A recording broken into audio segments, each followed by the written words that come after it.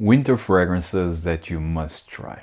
Hey everyone, I'm Guerlain and welcome back to my channel Scented Moments, where we discuss everything about fragrances. So in this video I have here 14 winter fragrances that are wonderful and you need to try at least once. Now, I already did my winter fragrance list for this year, but these 14 fragrances also deserve a mention, and some of them are incredibly underrated.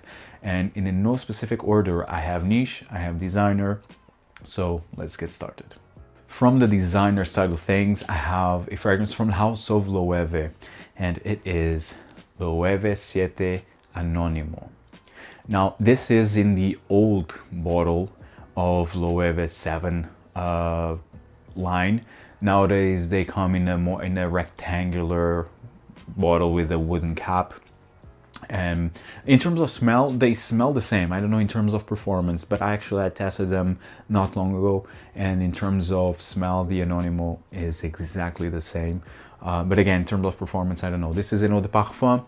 The current version is also Eau de Parfum. And this is such a stunning perfume. It's a very unique fragrance. And actually Loewe, in the end, it's a Spanish designer brand that it's very slept on. Maybe in terms of the distribution isn't the best, but Loewe has amazing scents, high quality perfumes, especially within the designer market. And the 7 Anonimo is basically a resinous, piney, spicy, woodsy fragrance, very incensey as well. I have a big dose of incense in here. This is very dark, piney, incensey, peppery type of fragrance. This goes in the same realm of Serge Lutens Fille en Anguille. Although I'm not saying that this smells the same, it doesn't, but it's in that category of incense, piney, resinous. It's in that category. And in terms of quality, maybe not the same, but it's up there. It's up there, again, especially considering that this is a designer fragrance. It's amazing. I absolutely adore this one, and it works like a darling during the colder month. It's Loewe 7 Anonimo. The next fragrance, actually talking about Serge Lutens, is La Couche du Diable. La Couche du Diable, this is amazing, it's very smoky, resinous, very ambery fragrance with oud and spices. I also get some spices in here overall. Can't pinpoint exactly what type of spices, but it has like a spicy quality, definitely. But yes, what is really more prominent is like this smoky, fiery type of smell with tons of resins, like amber, mostly amber, and it has a touch of oud in here. It's amazing. It's very dark and potent type of perfume. I mean, just look at the color of the liquid. One of the best releases from Serge Lutens in recent times, I would say. The Serge Lutens hasn't been releasing like captivating fragrances, to be fair, at least not to me. Actually, the last year's release, Écrin Fumé, I think it's quite good. It's a nice chocolatey tobacco fragrance within the realm of Les Indémodables Vanilla Van, which I absolutely love. So it's within that realm, but with a Serge Lutens touch, and I think it's quite good. But aside Écrin Fumé, which was released last year, it's La Couche du Diable, which I would consider to be like the best modern release of Serge Lutens, which is unfortunate, but nonetheless, this is amazing. Highly advised for you to try, if you have yet to, is La Couche du Diable. The next fragrance from the house of Givenchy. It's been a while since I featured Givenchy fragrance, because I mean, all of these fragrances that I mentioned, they are here in Lisbon. I still need to decide which fragrances I will take with me to Vilnius. Not an easy task, but this one is amazing. It is Givenchy's Gentleman Eau de Parfum, and this one is all around iris, vanilla, and balsamic nuances. This is a very dark iris fragrance, like you can already see from the bottle itself. It's a quite dark fragrance, quite dark iris fragrance with the balsamic nuances, with the patchouli as well. This is really a stunning fragrance. And you also have like the newest flanker, which is like something Bois. I have it actually, I don't recall the name. It's a parfum. It's a parfum version of this fragrance. It's more boozy, and it's great, but I'm featuring this one and not that one because that parfum version, the performance isn't great, to be honest. It's not the best, although works well during the winter time and so on in the colder weather. But I do think that this one has more oomph to it, and I think it's stunning. Currently one of the best iris fragrances in the game, especially within the designer side of things. I mean, you still have the Dior Homme Intense, Dior Homme, Dior Parfum, although Dior is constantly changing that now. I know that now they will re-release Dior Parfum in a different, literally a different formulation. I'm really scared about that, to be fair.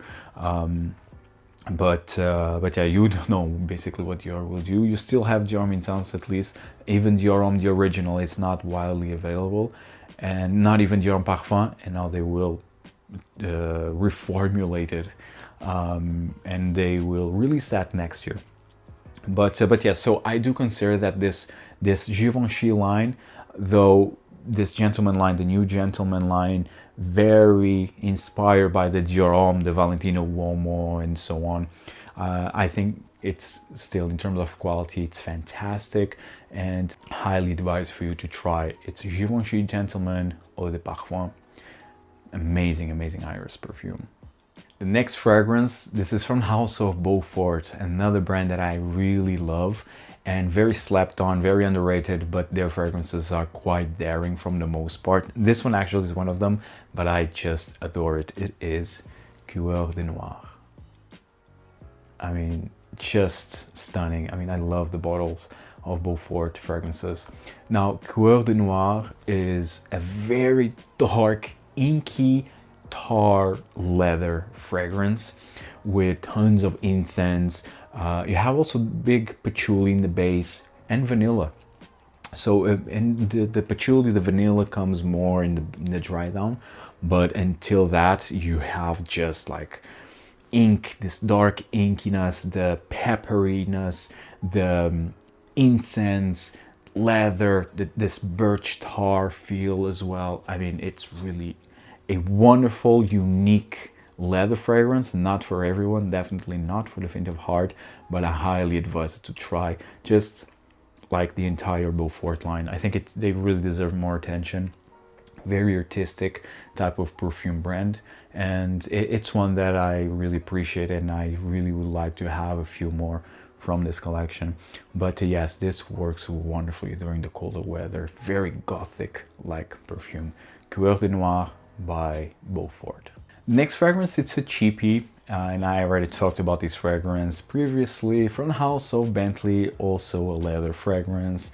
It's Bentley For Men Intense, and it's such a stunning fragrance. I mean, this is already a reference in terms of cheapies. Bentley For Men Intense, it's a very boozy, leathery, spicy, woodsy fragrance.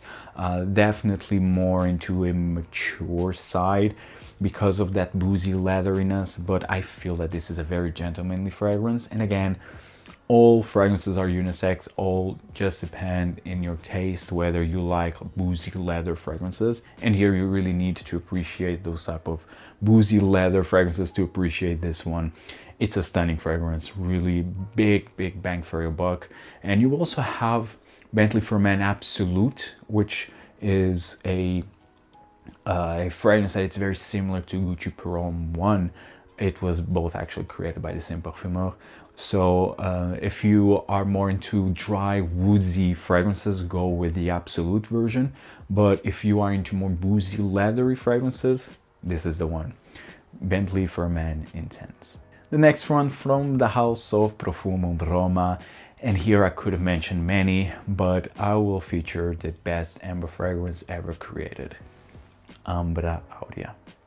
And the Ambra Aurea, I mean, it's all about ambers, it's all about labdanum, and it's all about ambergris. And this one has really a big dose of ambergris, at least to my nose, because it has this buttery, salty edge that gives lot of depth, and it gives a very unique touch to the amber. The amber here, it's very sticky, very resinous, very gooey type of fragrance. Oh man, it's just so good. This is a darling for me. This is a masterpiece.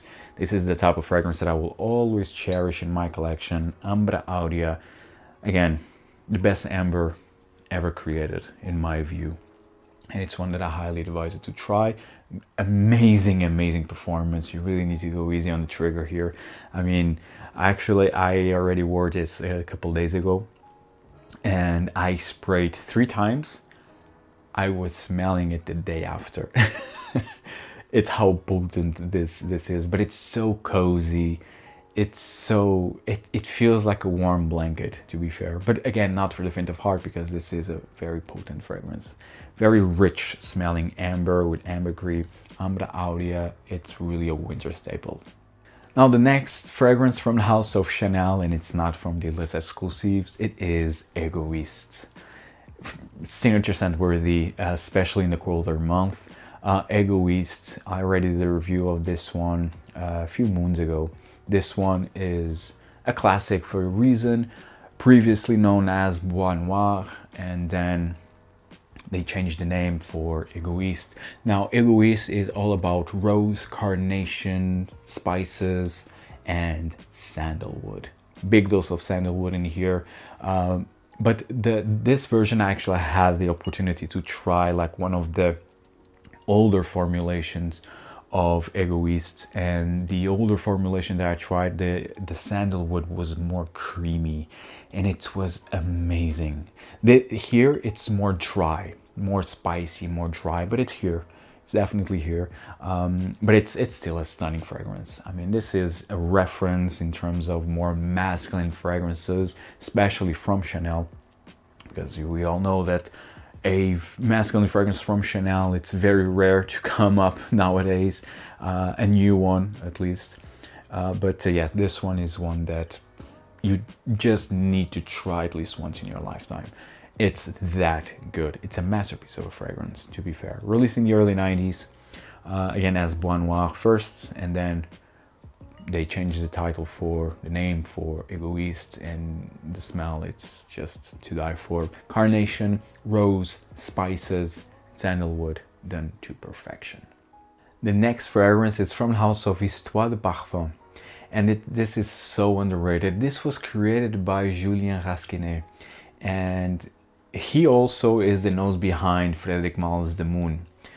Now this one was released before The Moon, but I believe this was already like a draft of The Moon. It is Edition Rare Fidelis. This one right here, often forgotten. One of the best from Histoires de Parfums. Actually, Histoires de Parfums, it's a very underrated brand. Me, myself, I just have 2 fragrances from this brand. I have this one and the Edition Rare Ambra, which is like an animalic amber fragrance, also very underrated. But they have another one, like another amber called Ambra 114, and they have another one which is Marquis de Sade 1740, which is more of an immortelle leather fragrance. And they have a few others. They have a barbershop fragrance as well, which for me it's very similar to Invasion Barbare by MDC Parfum, but in the end they have many fragrances in their portfolio that is definitely worth exploring, and this is one of them. Now this was again created by Julien Rasquinet back in 2015. The Moon was released, I believe, in 2019, if I'm not mistaken. And this one, the big difference between this and The Moon is the fact that this has a big dose of coffee and saffron, and patchouli. It has this very heavy chocolatey patchouli, whilst The Moon is more raspberry, rose. Also has, I think it also has a bit of saffron and oud, tons of oud, and it has that shisha quality as well. Now here you also have raspberry, you have rose, you have oud, and it's because of that it kind of comes across a bit like The Moon, but I would say that this goes into a more gourmand territory because of the coffee and this chocolatey patchouli, whilst The Moon, it's a more true rosewood fragrance with a heavy dose of this jammy raspberry. While here the raspberry is present, not as prominent as in the Moon. So this is more of a light comparison between both. Amazing fragrances. So I would say that this is more of a gourmand take on the Moon. And the coffee here is to die for. It's so realistic. Technically, I think this is, it's mentioned as being Guatemalan coffee. I don't know how that smells, but it's just coffee for me. To my nose, this is a nice coffee bean type of accord with this chocolatey patchouli that really gives a chocolatey feel. And you have the rose, you have the oud. I mean, this is a stunning fragrance. Loud, quite loud. Actually, really need to go easy on the trigger here. This is an eau de parfum, if I'm not mistaken. I mean, absolute eau de parfum, whatever that means. But the performance actually is quite massive. And in terms of size, this is a 60 ml, and this is the maximum size that you will find for this fragrance. Stunning perfume, stunning perfume here. This is an oud rose fragrance for beginners, I would say, and especially for those who have a sweet gourmand tooth, like I have actually. Amazing scent, again, can't distress it enough, especially in terms of coffee. This is a must try. It's by Histoires de Parfum, Edition Rare Fidelis. The next fragrance, this is from the house of Tom Ford, Black Orchid. This is the eau de parfum. I want to have the parfum as well.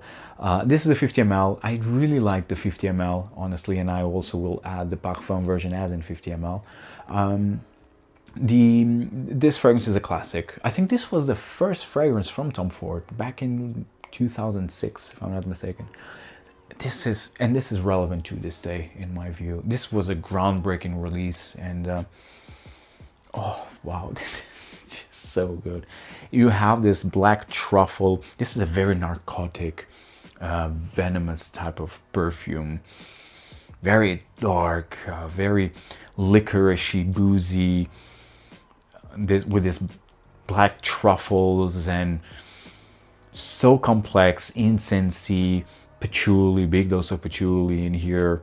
So unique, so damn unique. And the parfum, it takes it to the next level, because for me the parfum is a bit more boozy than this one, and I believe everything is more enhanced. They really did a great job with the extrait version of Black Orchid, and that's why I really want to have it in my collection. Just like the Noir Extrême, I have the original Noir Extrême, and I'm dying to have the parfum version of that one as well. But yes, Black Orchid for me, it's a classic for a reason, and it's one that I cannot get enough of. It's again, dark, narcotic, mysterious type of perfume. It's definitely one that will call attention. I think it's one that it's a fragrance that will get you noticed, for the better, for the worse. But I believe, at least for me, it was always good, not bad. But yes, it's a fragrance that it's a staple for the winter time. It's Black Orchid by Tom Ford in the Eau de Parfum concentration, but also in the extrait version.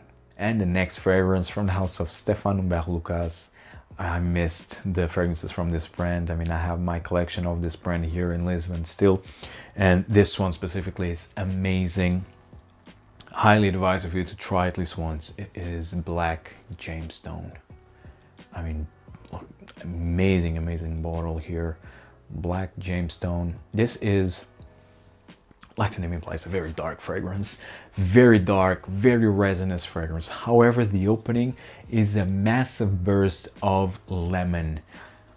I was not expecting, when I tried this one at the first time, I was not expecting like this blast of lemon right in the opening, but it's all you get, like a very citrusy, light, effervescent lemon that then fades away into a more spicy myrrh, vanillic, incense type of perfume.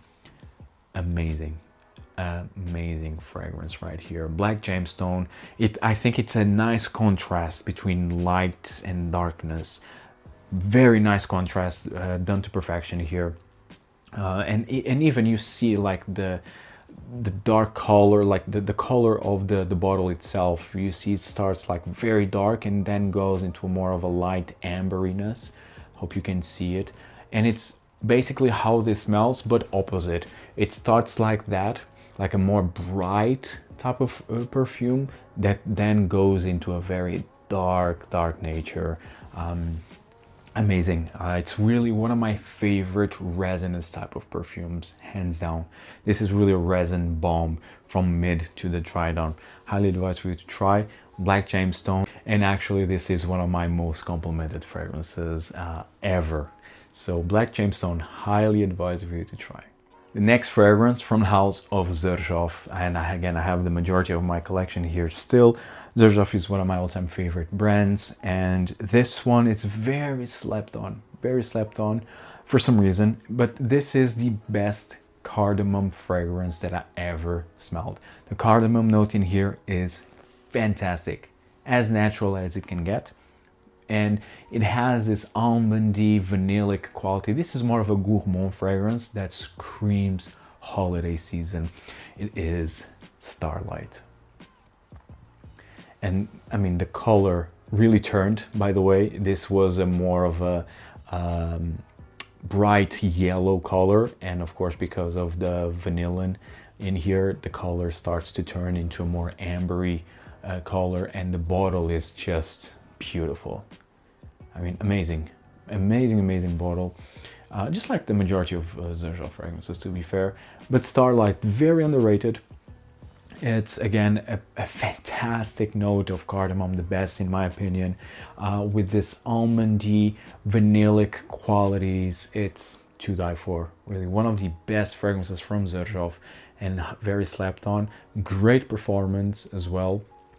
It's Starlight. Check this one out if you have yet to. Now the next two fragrances are from the same brand, Guerlain. And Guerlain is a niche, is a designer. I mean, I think Guerlain is in the league in its own, to be fair. And these two actually are from the previously known Les Absolus d'Orient. Now they are the Absolus d'Allegoria, if I'm not mistaken. And of course they changed the bottle. I mean, Guerlain is notorious to do that, and they actually discontinued two of them. One of them I will be talking about now. So these are Bois Mysterieux and Santal Royal. Now these were the previous bottles. These were the bottles of Les Absolus d'Orient. Now they changed into the Aqua Allegoria type of bottles with dark bottles. So for example, the Santal Royal is still of a dark color, but not as dark as this. And also like the design, they completely change it more into the Aqua Allegoria. To be honest, I'm not a fan. I don't know why they did that. Maybe to cut costs, as they usually do. And with that change, they discontinued Bois Mysterieux and my beloved Ensemble Mythique. Now, Bois Mysterieux and Ensemble Mythique, they were previously part of a line, which I don't recall, to be fair. I always have a hard time to remember what was the line, but basically it was a line where Bois Mysterieux was known as Songe de Bois d'été, which I had the opportunity to try actually, and I compare them when they tried and when they changed the Songe de Bois d'été to Bois Mysterieux. I actually did compare them, and I'm really long in this fragrance journey, let's say, for a very long time. And they also had Ensemble Mythique in that line, and Rose Nacrée du Désert, which is discontinued, that one permanently. Ensemble Mythique, they didn't change the name, they just repackaged into the same bottle style, and they changed the name of Songe de Bois d'été to Bois Mysterieux, and they changed for this type of bottle. Now, for some reason, they discontinued both Ensemble Mythique and Bois Mysterieux. Now, Bois Mysterieux, this is all about laurel, massive dose of laurel with cumin, cloves, incense, leather, woods. This is not for the faint of heart. It's so good. It has a BO quality in here. Definitely has a BO quality, which is not for everyone. But it's a masterpiece of a fragrance. Of course, I need to discontinue. This is amazing for the winter, fall and winter time. It was really one of the best from this line. And that's why I'm also featuring this one, Santal Royale, which is still available. Smells the same actually. I already compared this version with the newer Santal Royale. Smells the same to my nose. Can't really say in terms of performance, but at least the smell is very, very similar, if not the same. Oh, now this one is all about rose, oud, and spices. This is more of a typical Western rosewood fragrance, but with a kick. This has a lot of character. It's dark. It's quite dark. The rose is very sweet. It's like a jammy rose, and you have also oud in here. Not the most natural smelling type of fragrance, to be fair. Not the most natural smelling oud, but in the end it works. It has a leathery quality in here also, and I really love this one. This actually was the first fragrance from this line. Then it was Oud Essential, which is still available. I mean, that fragrance is one of the worst from this line. It was the worst for me. It was the worst from this line. I mean, that oud, it's everything but oud, and doesn't come across as a natural smelling oud, and it has a metallic quality, which I really don't appreciate. Really not a great fragrance, and it's still out there, unfortunately. But this at least is also available. It's amazing. It's an amazing rose oud fragrance in my view. And of course, if you are still able to find this masterpiece, Bois Mysterieux, go for it. Be careful because this has a BO quality, not for everyone. It also has this laurel, like a green aromatic nuance, but highly, highly advise for you to check this one out if you can and if you have yet to. So these two work wonderfully for during the winter time, both from Guerlain, Santal Royale, and Bois Mysterieux. And last, but by no means least, this is a clone. Yes, I will talk about the clone that I purchased myself long time ago. This is from the house of Rasasi, La Yuqawam pour Homme, which is the best clone of Tuscan leather. This is currently more Tuscan leather than Tuscan leather is, which is really sad to say. But the quality of this fragrance is just amazing, mind-blowing to be fair. This is, again, Tuscan leather. Big leather fragrance. Massive leather with raspberry. And is as natural as it can get. I would not say natural, but is as realistic as it can get in terms of leather smell. And it literally, this is Tuscan leather, how it was when it came out.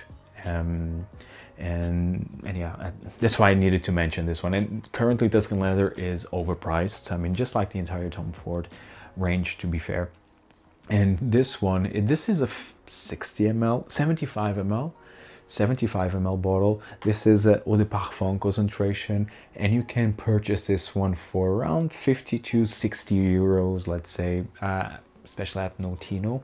Here in Europe, I don't know in terms of other websites, but this is readily available. You can really purchase this one. This is the best clone out there. No matter what they say, this is the only clone worth mentioned. Is Rasasi's La Yuqawam pour Homme. And this was released already some years ago. So yeah, if you want a leather fragrance like Tuscan leather, you don't want to break the bank, this is the one. Rasasi's La Yuqawam, the only clone that you need to be aware of. Guys, I hope you enjoyed this video. Let me know in the comments down below, what fragrances would you suggest for me to try during the winter time.